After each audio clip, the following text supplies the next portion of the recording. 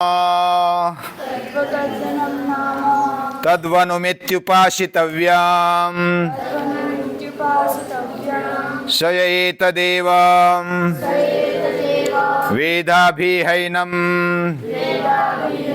सर्वाणि भूतानि संवाच्यन्ति उपनिषदम्भो बृहत्युक्ता त उपनिषद ब्राह्मेवाव त उपनिषदमब्रुमेति त उपनिषदमब्रुमेति।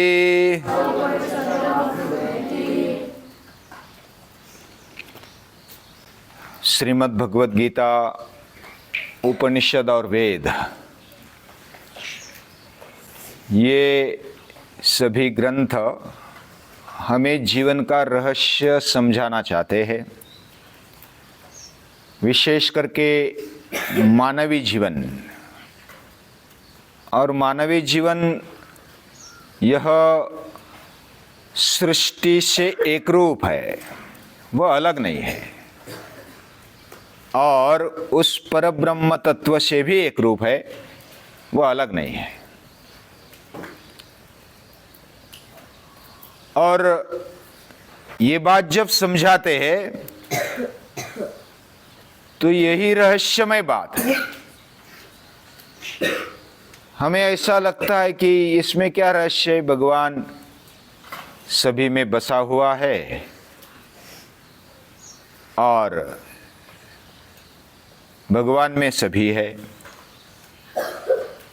इसमें क्या बड़ी बात है। हम हर रोज सुनते हैं और इस कान से सुना, दूसरे कान से छोड़ दिया,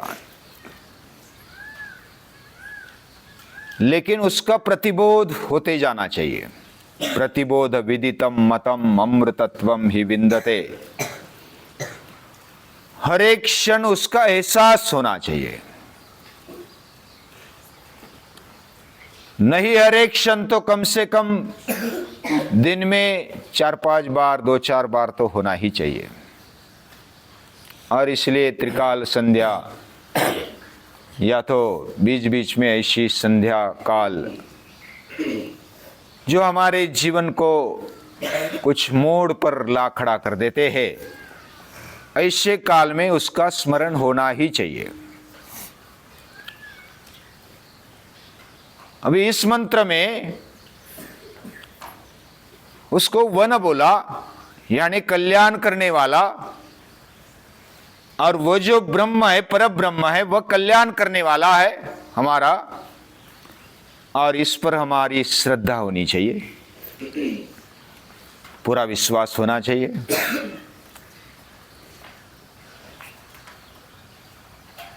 बहुत बार ये बात हमें इतनी गंभीर नहीं लगती, इतनी सीरियस नहीं लगती, और हम लेना भी नहीं चाहते, क्योंकि हमारी दृष्टि, हमारा हेतु, हमारा आउटलुक कुछ अलग प्रकार का है। सुनने के लिए अच्छा है, या तो बड़े बताते हैं तो हम सुन लेते हैं, लेकिन इसमें रहस्यमय बात ऐसी है जो गीता में भी कहा गया, इति गुह्यतमम शास्त्रम। ये गुह्यतम शास्त्र है। रहस्यम हे तदुत्तमम, ये उत्तम ऐसा रहस्य है। और रहस्य जो होता है वो जल्दी समझ में नहीं आता। समझ में आने का मतलब आचरण में नहीं आता। कदाचित समझ में आ भी गया तो भी आचरण में नहीं आता, और जब अनुभव में, आचरण में आता है तो डर निकल जाता है, भ्रम निकल जाता है, अज्ञान निकल जाता है। ये उसका परिणाम है। एतद् बुद्ध्वा बुद्धिमान स्यात् कृतकृत्यश्च भारत। वह कृतकृत्य हो जाता है, फिर दुख करने की आवश्यकता नहीं है। फिर अप्रसन्न रहने की, असंतुष्ट रहने की आवश्यकता नहीं पड़ती। कृतकृत्य यानी पूर्ण कृतार्थ हो जाते, बुद्धिमान भी हो जाते हैं।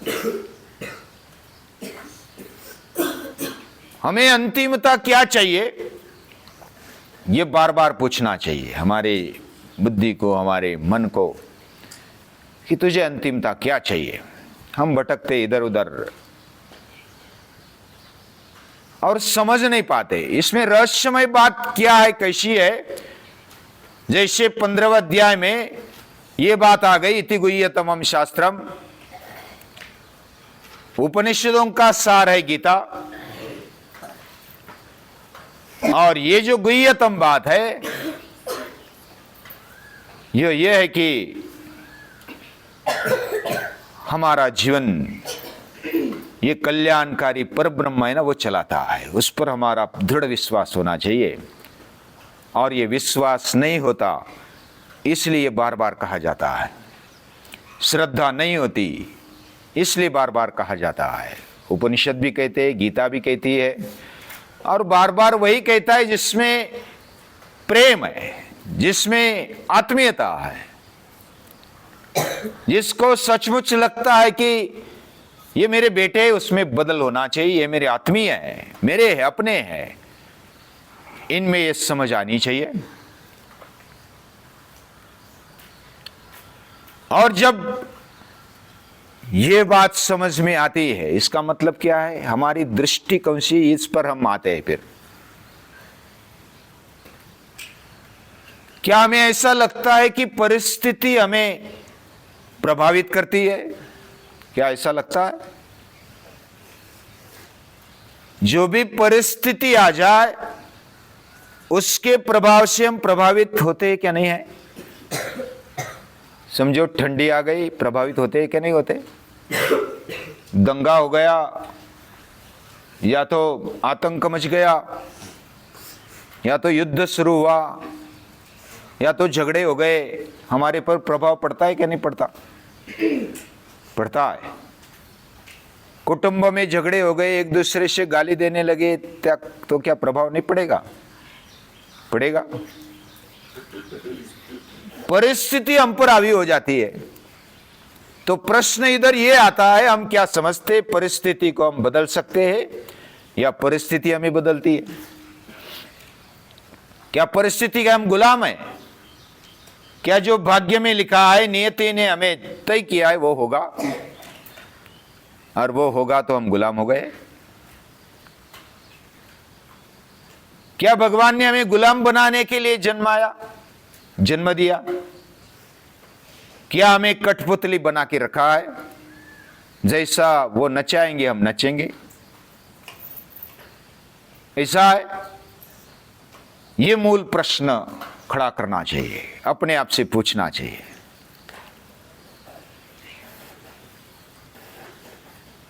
एक बार क्या हुआ, एक बड़ा होने वाला लड़का, उसने कुछ गुनाह कर दिया, कॉपी कर दी। समझो परीक्षा में, पेपर में बैठा था, कॉपी कर ली, नकल कर ली, उसको पकड़ा गया, उसको डिबार कर दिया गया। डिबार यानी 3 साल तक अभी वो कुछ पेपर नहीं दे सकता। उसकी साइड लेकर एक वकील आ गया और वो प्रिंसिपल के सामने आकर खड़ा हुआ और बोला कि इसमें इसकी गलती नहीं है। समाज में ऐसी परिस्थिति है कि परीक्षा को बिना कारण महत्व दिया गया, और बिना कारण महत्व देने के कारण परीक्षा ही सर्वस्व है, उसमें पास नहीं होंगे तो जीवन में फेल हो गए, और पास हो गए तो जीवन में पास हो गए, उत्तीर्ण हो गए। ये प्रभाव समाज का परीक्षा के बारे में, और पूरे समाज पर इसका प्रभाव है, आज भी है। और इसके दबाव में आकर के वो क्या करेगा? उसका कोई गुनाह नहीं। समाज को दोषी ठहराना चाहिए। समाज ने इतना महत्व दिया, परीक्षा को इतना महत्व दिया, इतना महत्व नहीं दिया होता सर्टिफिकेट को, मार्क्स को, गुणों को, तो ये कॉपी नहीं करता, नकल नहीं करता। तो समाज को दोषी ठहराना चाहिए। कोई कोई ऐसा बताते जो गुनहगार है, उसने गुनाह किया, उसके अंदर घुसना चाहिए। परिस्थिति कारणीभूत है या वह स्वयं ऐसा है? तो बहुत सारे मानस शास्त्रज्ञ कहते हैं कि परिस्थिति कारणीभूत है। समाज में ऐसी परिस्थिति खड़ी हो गई और वो ऐसा कर रहा है, गुनाह कर रहा है, कुछ गलतियां कर रहा है। और इधर उपनिषदों का विरोध है। उपनिषद और गीता कहती है तू तेरे फल का, परिणाम का करता है, धरता है, तू तेरे कार्य का जिम्मेदार है। उद्धरेदात्मनात्मानम नात्मानम अवसादयेत, तू खुद का उद्धार खुद कर ले। उपनिषद भी कहते उत्तिष्ठत जागृत प्राप्य वरान निबोधत। उपनिषद पलायनवाद नहीं स्वीकारते, करने नहीं देते। गीता माता भी भागने वाले को क्षमा नहीं करती। अर्जुन भी विषाद से युक्त हो गया, लड़ने के लिए आ गया, फिर धनुष्य डाल दिया अंदर नीचे। गांडीवम संस्कृते हस्तात् त्वक्चैव परिदह्यते न त शक्नोम्यवस्थातुं भ्रमति वच मे मनः। उसकी परिस्थिति ऐसी हो गई कि वो निराश हो गया, नाराज हो गया, विषाद युक्त हो गया, रोने लगा। मैं संन्यास ले लूं तो अच्छा है, ले लूं तो अच्छा है। ये पलायनवाद है। गीता उधर डांटती है क्लैब्यम आस्मगम पार्थ नई तत्वयुपपद्यते क्षुद्रम हृदय दौर्बल्यम त्यक्तोत्तिष्ठ परंतप।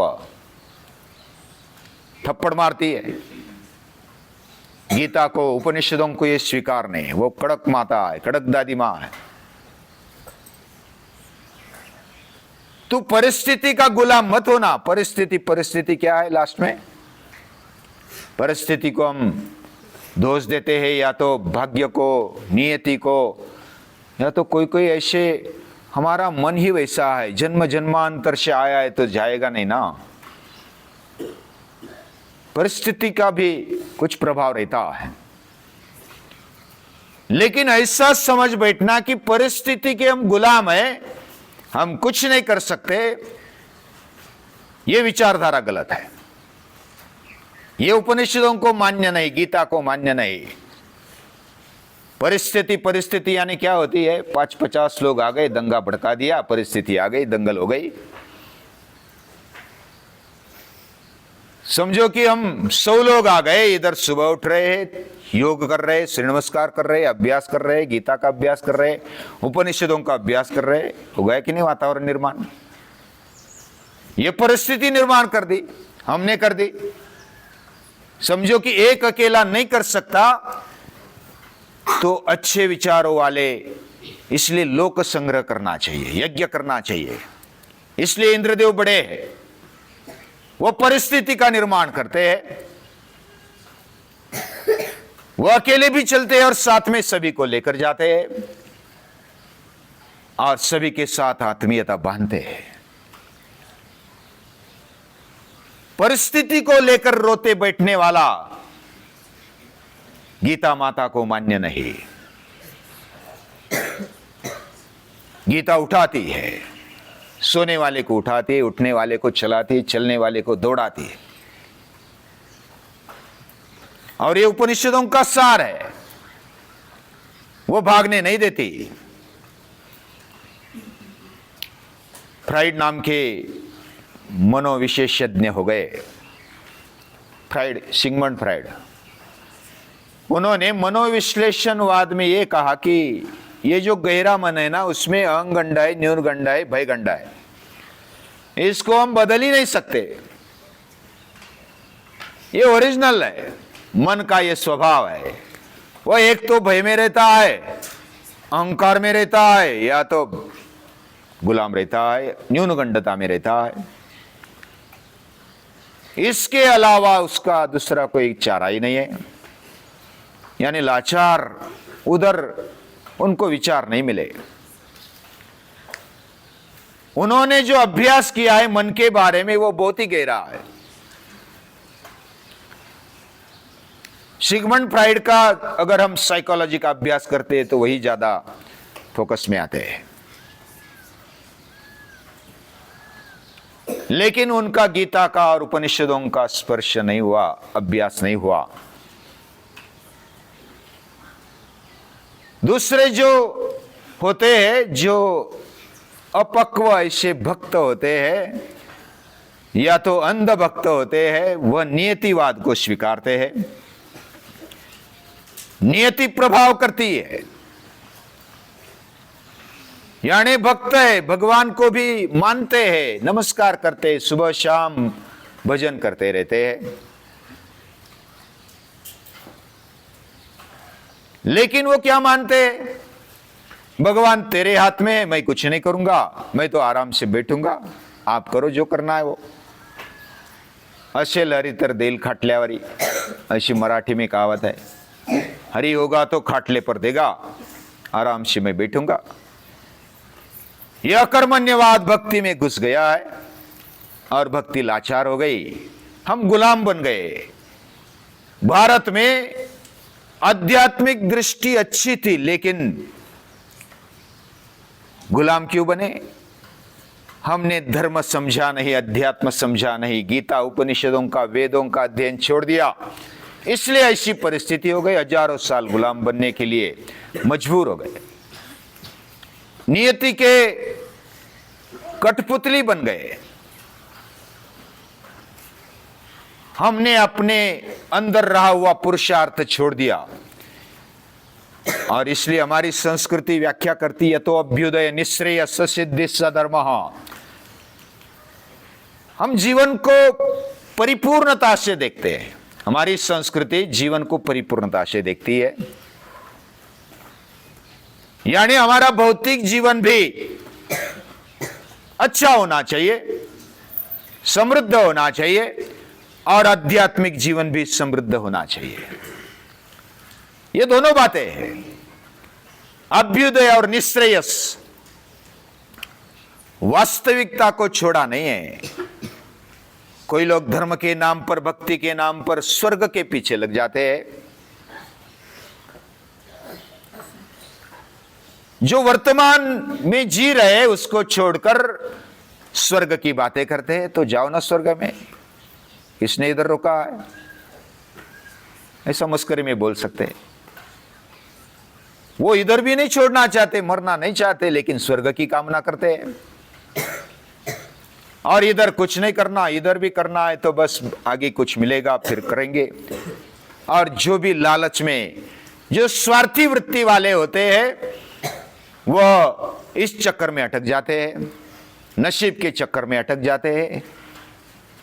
जो कष्ट करने से डरते हैं, जीवन से डरते, भागना चाहते हैं, वो ऐसा सोचते हैं, मां मनुस्मर युद्ध च, मेरा स्मरण कर और युद्ध कर, युद्ध से भागना मत। जो भागता है वो डरपोक है। गीता उसको खड़ा करती है। हम भी उसी लाइन में। अर्जुन ने हमारा प्रतिनिधित्व किया और हमें गीता मिली, उपनिषद मिले, वेद मिले। ये जो तत्वज्ञान मिला है, ये कोई ऐसा केवल बोलने के लिए नहीं है, ये जीवन में लाने के लिए है। और जो जीवन में लाता है, यही तो रहस्य है। भगवान को हम कल्याणकारी मानते हैं। अभी इधर मंत्र में कहा गया, यही उपनिषद है।